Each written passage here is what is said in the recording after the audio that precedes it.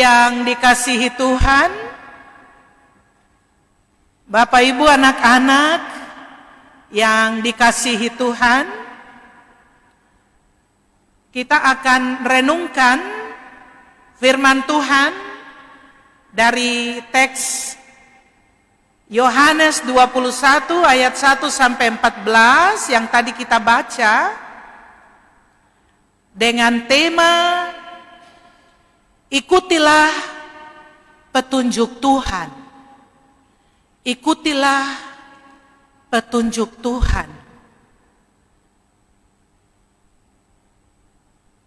Ayat 4, Bapak Ibu lihat di Alkitab, ayat 4 sampai ayat 7. Ayat 4 sampai ayat 7 itu yang akan kita renungkan malam ini. Ayat 4. Ketika hari mulai siang, Yesus berdiri di pantai. Akan tetapi murid-murid itu tidak tahu bahwa itu adalah Yesus. Kata Yesus kepada mereka, "Hai anak-anak, adakah kamu mempunyai lauk pauk?" Jawab mereka, "Tidak ada." Maka kata Yesus kepada mereka, "Tebarkanlah jalamu di sebelah kanan perahu, maka akan kamu peroleh." Lalu mereka menebarkannya dan mereka tidak dapat menariknya lagi karena banyaknya ikan. Maka murid yang dikasihi Yesus itu berkata kepada Petrus, "Itu Tuhan." Ketika Petrus mendengar bahwa itu adalah Tuhan, maka ia mengenakan pakaiannya, sebab ia tidak berpakaian, lalu terjun ke dalam danau. Bapak Ibu Saudara, anak-anak yang dikasihi Tuhan, murid-murid dalam bacaan ini, murid-murid mulai kembali.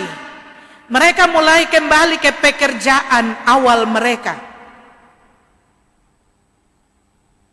Murid-murid seolah-olah berpikir, ya karena Yesus sudah mati, Yesus sudah bangkit,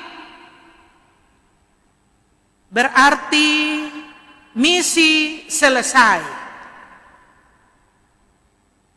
Murid-murid Petrus dan teman-teman, mereka berpikir bahwa tugas mereka sama-sama Yesus itu sudah selesai. Jadi mereka bisa kembali. Mereka bisa kembali ke pekerjaan awal, yaitu menjadi nelayan.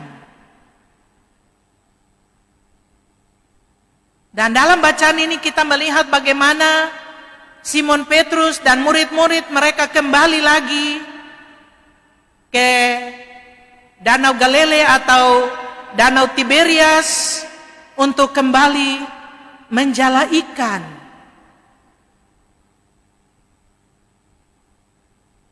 Lalu semalam-malaman mereka berusaha, tapi mereka tidak dapat hasil. Lalu Yesus datang. Dan Yesus bicara dengan mereka. Yesus bilang, "Coba kamu punya jala itu ke sebelah kanan perahu." Dan ketika mereka menebarkan jala itu ke sebelah kanan, dalam bacaan kita,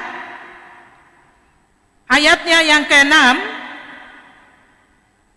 maka kata Yesus kepada mereka, "Tebarkanlah jalamu di sebelah kanan perahu, maka kamu akan beroleh." Lalu mereka menebarkannya dan mereka tidak dapat menariknya lagi karena banyaknya ikan. Jadi ketika murid-murid mereka tebar jala itu sesuai dengan perkataan dari orang yang ada berdiri di tepi pantai. Karena mereka murid-murid itu tidak tahu kalau itu Yesus. Ketika mereka ikut Mereka tebar jala di sebelah kanan. Ayat 6 mengatakan mereka kemudian tidak kuat, tidak sanggup tarik jala itu karena terlalu berat. Jala itu berat, penuh dengan ikan.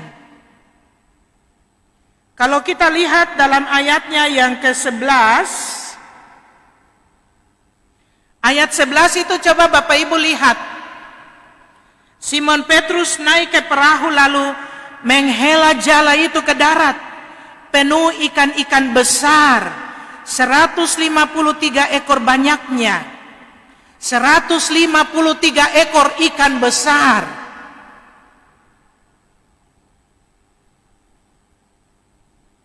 Dan begitu mereka dapat hasil. Maka dalam ayat 7 di sana dikatakan, maka murid yang dikasihi Yesus itu berkata kepada Petrus, itu Tuhan. Ketika terjadi mujizat, jala penuh, ikan banyak. Mujizat yang terjadi dengan jala yang penuh ikan membuat murid yang dikasihi Yesus langsung punya feeling. Dia langsung mengerti orang itu Yesus. Dan dalam ayat-ayat selanjutnya, Petrus langsung lompat dari perahu, pakai pakaian dan pergi bertemu dengan Yesus. Dan apa yang terjadi? Dalam ayatnya yang ke-9, ketika mereka tiba di darat, mereka melihat api arang dan di atasnya ikan dan roti.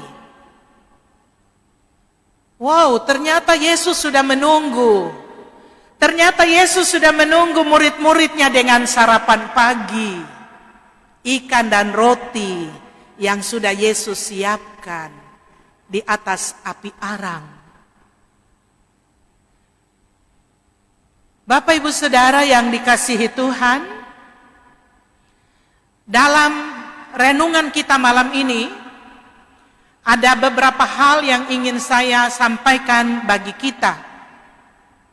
Hal yang pertama, kita lihat dari pengalaman murid-murid. Murid-murid pikir karena Yesus itu sudah bangkit. Mereka sudah lihat Yesus, mereka sudah ketemu Yesus. Berarti tugas mereka selesai. Mereka sudah tidak punya pekerjaan bersama Yesus lagi. Mereka sudah tidak punya tugas apa-apa lagi. Jadi mereka bisa bebas kembali ke pekerjaan yang lama. Kita lihat apa yang dilakukan murid-murid. Mereka sudah melupakan panggilan.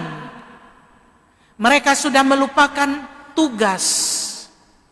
Mereka sudah melupakan tanggung jawab mereka yang diberi oleh Yesus. Dan nasihat pertama untuk kita malam ini adalah jangan kita karena berdoa-berdoa terus kita belum lihat hasil, kita pikir ya sudahlah, apa yang mau terjadi ya terjadilah. Kita pikir sudah, saya tidak usah lagi bergumul, saya tidak usah lagi berdoa, saya tidak usah lagi berharap kepada Tuhan. Apa yang mau terjadi ya sudah terjadi. Jangan. Jemaat kita harus tetap fokus. Kita harus tetap fokus kepada Yesus. Jangan tantangan, masalah, situasi ini kemudian membuat kita lupa pada panggilan iman kita. Kita lupa bahwa kita ini saksi. Kita harus terus bersaksi. Kita harus tetap beriman. kita harus tetap percaya dan kita harus melaksanakan tanggung jawab kita sebagai orang-orang percaya. Jadi, nasihat yang pertama, mari jemaat, jangan kita kemudian mulai malas tahu. Jangan kita kemudian mulai lupa dengan tugas dan tanggung jawab kita. Jangan kita mulai tidak berdoa, sudah lupa baca Alkitab, karena sudah sekian lama gereja ditutup. Akhirnya orang mulai lupa dengan Alkitab, orang mulai lupa dengan berdoa, orang mulai lupa dengan ibadah. Dan ini penting untuk kita ingat bahwa kita tetap adalah saksi. Kita tetap adalah orang-orang yang dipercayakan. Di dalam kita ada tanggung jawab. Tanggung jawab untuk tetap berdoa. Kita berdoa bukan hanya untuk kita. Kita berdoa bukan hanya untuk jemaat kita. Tapi kita berdoa untuk semua orang di seluruh dunia. Hal yang kedua, ikut petunjuk Tuhan. Ikut petunjuk Tuhan. Ketika wabah virus ini ada banyak petunjuk. Dan kita diajarkan untuk mengikuti petunjuk-petunjuk. Petunjuk dari pemerintah. Dalam hal ini kesehatan. Petunjuk dari gereja.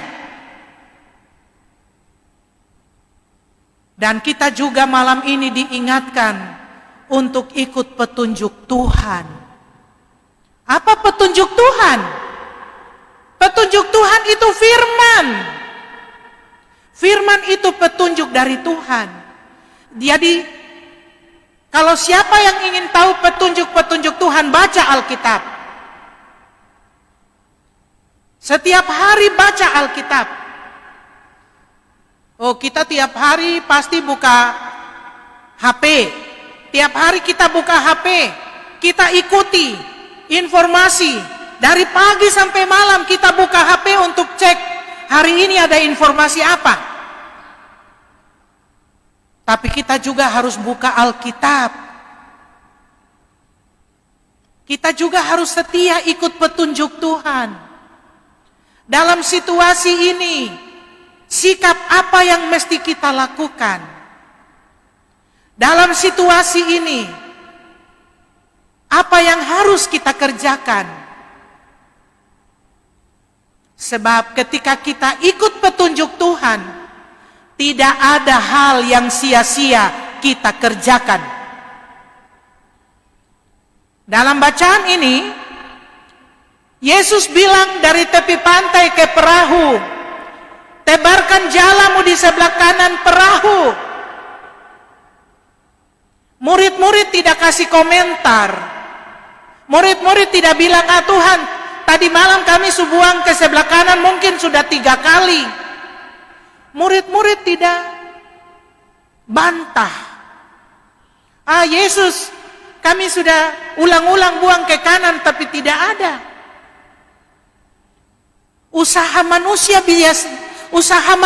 bisa sia-sia. Usaha manusia bisa tidak menghasilkan apa-apa.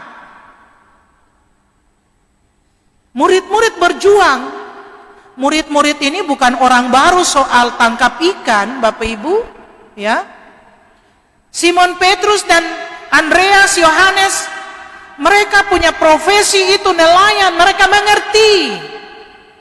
mengerti sekali situasi danau.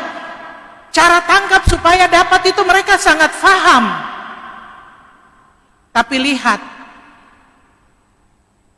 sekalipun mereka ahli, mereka sangat mengerti, tapi usaha mereka tidak menghasilkan apa-apa. Tapi ketika mereka mendengar petunjuk Yesus, tebarkan jalamu di sebelah kanan perahu. Mereka tidak punya komentar, mereka tidak bantah. Mereka ikut petunjuk Tuhan. Apa yang mereka peroleh? Ikan-ikan besar. Dan mereka tidak kuat, tidak sanggup menarik jala itu karena penuh dengan ikan.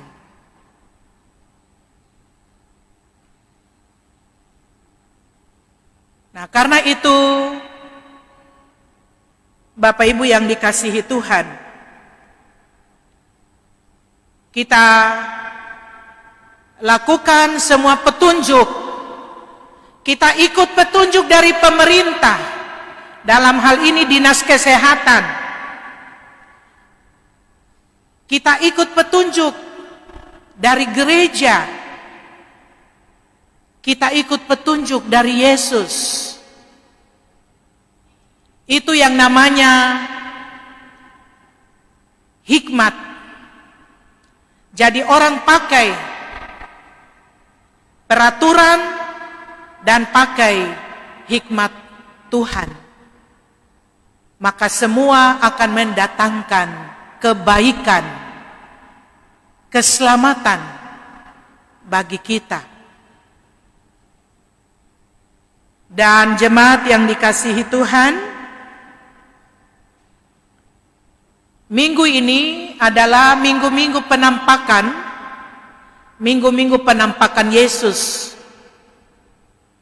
Dan saya ingin mengatakan bagi Bapak Ibu jemaat, Yesus yang menampakkan diri, dia bukan hanya Yesus yang hidup pada masa Petrus. Yesus yang menampakkan diri, dia bukan hanya sebuah cerita. Ya, Yesus yang menampakkan diri itu bukan hanya sekedar sebuah cerita. Oh ya, kami baca di Alkitab, Yesus menampakkan diri. Yesus tidak hanya menampakkan diri pada Simon Petrus, Andreas, Yohanes, Maria Magdalena, Thomas. Yesus juga tidak menampakkan diri, kita hanya baca dari Alkitab. Tapi saya ingin mengatakan bahwa Yesus sampai hari ini, dia akan menampakkan dirinya. Tapi Yesus menampakkan diri dalam bentuk penyertaannya, kehadirannya, perlindungannya dalam hidup kita tiap hari. Jadi baca Alkitab, ikut petunjuk Tuhan, maka kita akan mengalami kuasa dari penampakan Yesus. Tuhan memberkati kita. Amin.